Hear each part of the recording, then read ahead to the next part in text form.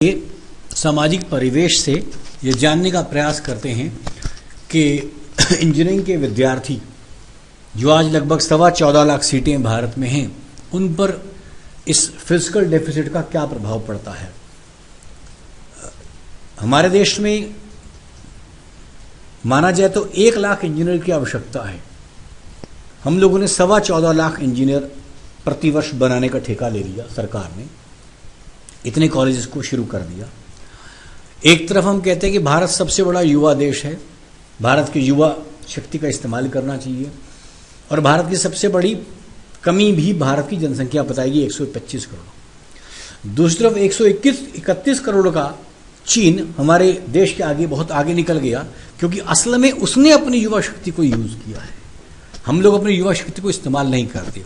हमने 14.25 लाख इंजीनियरिंग की सीटें खोल दी हैं। उसका क्या प्रभाव पड़ा? एक इंजीनियर जो इस देश के अंदर पुल बना सकता था, इस देश के अंदर इंफ्रास्ट्रक्चर डेवलप कर सकता था, मशीनें बना सकता था, लोगों को नौकरी दे सकता था कंपनी लगा करके, उसकी स्थिति क्या है। देखिए, जब फिजिकल डेफिसिट होता तो सबसे पहली परेशानी उसके पास, विद्यार्थी के पास है कि आसपास के इलाके में जो गांव हैं वहां पर इंफ्रास्ट्रक्चर नहीं होता। एक गांव का इंजीनियर अपने गांव में कोई कारखाना लगाना चाहता तो लगा नहीं सकता, क्योंकि वहां पर इंफ्रास्ट्रक्चर नहीं है।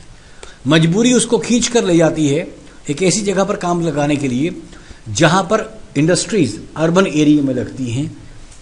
तो शहरीकरण की तरफ विद्यार्थी भागता है इंजीनियरिंग करने के बाद।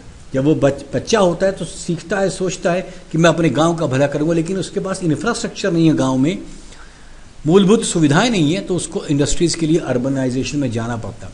वहां पर क्या है, शहरीकरण में जमीन महंगी है, पानी महंगा है, रिसोर्सेज महंगी है, हर चीज महंगी होने की वजह से जो वो बनाना चाहता है वो प्रोडक्ट बहुत महंगा बनेगा, कॉस्टली प्रोडक्ट है। अब इतना महंगा प्रोडक्ट जब बनने वाला होगा तो उसकी जो दूसरी परेशानी है, उसको जब वो बेचने जाएगा तो बाजार में वो प्रोडक्ट बिकने की अपनी क्षमता खो रखेगा, तो मार्केट में रिसेशन होगी। जब मार्केट के अंदर रिसेशन रहेगा, उसका सामान बिकेगा नहीं, तो अंत में वो कंपनी किसी ना किसी रूप में बंद होगी और घूम फिर के उसका मार नॉर्मल अनएम्प्लॉयमेंट के ऊपर आ जाएगी। तो जो व्यक्ति एक एम्प्लॉयमेंट रोजगार दे सकता था, वो बेरोजगारी की तरफ कैसे बढ़ गया? इंडस्ट्रीज को, क्योंकि उसको बड़े शहर में लगाना पड़ा। दूसरा सबसे बड़ा कारण ये हुआ कि जब मार्केट में रिसेशन आ गई तो हमारे पास जीडीपी कम होगी, हमारा सकल घरेलू उत्पाद पूरे देश का कम हो गया, और जब सकल घरेलू उत्पाद कम हो गया तो अपने आप भारत देश का फिजिकल डेफिसिट और कम हो गया, क्योंकि हमारे पास उतना सामान ही पैदा नहीं हो रहा जो दुनिया में बिके।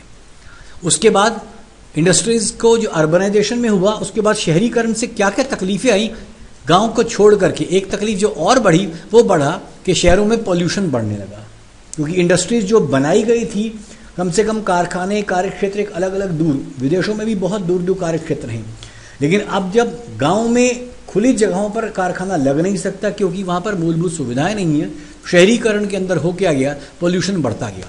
उसके बाद जो दूसरा प्रभाव पड़ने वाला है वो हेल्थ प्रॉब्लम्स बढ़ेंगी, और जहां पर बीमारियां बढ़ेगी वहां पर सोशल इनसिक्योरिटी बहुत बढ़ेगी, लोगों को सोशल इनसिक्योरिटी बढ़ गई, तो सरकार के लिए और परेशानी बढ़ गई। फिजिकल डेफिसिट का ये एक पूरा दुष्चक्र चलता है। दूसरे रूप में एक और समझने का प्रयास करें, जिस समय फिजिकल डेफिसिट होता है तो सरकार के पास पैसा कम होने की वजह से हार्ड क्रेडिट पॉलिसी है, सरकार आसानी से पैसा नहीं देता। एक इंजीनियर जब पढ़ के निकलता है, उसके दिमाग में बीसीओ इनोवेशन की चीज़ें हो सकती हैं, मैं ये बनाऊंगा, शायद सामान्य में सस्ती चीज़ बना दूंगा और देश को, समाज का भला करूंगा, लेकिन उसके पास पैसा नहीं है। ये हार्ड क्रेडिट पॉलिसी उसको सबसे बुरी तरह मारती है। कल्पना करें, अमेरिका में, चीन में, जापान में एक इंजीनियर को 1.5-2% पर पैसा मिल जाता है, जिससे वो अपनी चीज़ें बना सकता है, मैन्युफैक्चरिंग यूनिट। यहाँ पर मिलेगा 16% के ऊपर। और फिर उसके बाद आप उम्मीद करें उस इंजीनियर की कि 16% के ऊपर चीज़ बना करके 1.5% वाली विदेशी कंपनी के मुकाबला करे, तो वो कैसे करेगा? स्वयं सोचने वाली बात है। अब हार्ड क्रेडिट पॉलिसी होने से फिर प्रॉब्लम वही है कि उसका एक्सपेंसिव कैपिटल हो गया, उसकी चीज़ें महंगी होगी। अगर वो चीज़ें महंगी हो गई तो उसके बाद उसका प्रोडक्ट भी कॉस्टली हो गया। जहां उसका प्रोडक्ट कॉस्टली हो गया, उसका मार्केट में फिर यूज़ नहीं होगा। जब मार्केट में फिर रिसेशन आएगी, वो सामान बिकने लायक नहीं बचा। जब सामान बिकने लायक नहीं बचा तो उसके बाद वो कंपनी बंदी की कगार पर आएगी, और एक समय आएगा वो फिर से अनएम्प्लॉयमेंट को जन्म दे देगा। अब जो company hire credit policy, hard credit policy की वजह से परेशान हो गई, वो कंपनी बंद हो गई। उसके बाद दूसरा प्रभाव पड़ा, जब सामान ही नहीं बिका तो अपने आप जीडीपी कम हो गया। जीडीपी कम होने के बाद भारत सरकार का फिजिकल डेफिसिट दोबारा से कम होना शुरू हो गया। ये एक ऐसा दुष्चक्र है, इस बात को हर इंजीनियर को समझना चाहिए। इस परेशानी से भारत का इंजीनियर आज छोटी स्मॉल स्केल इंडस्ट्री को नहीं लगा पा रहा है। देखिए, लार्ज स्केल इंडस्ट्री मुश्किल से 8, 10, 12% लोगों को रोजगार देती है।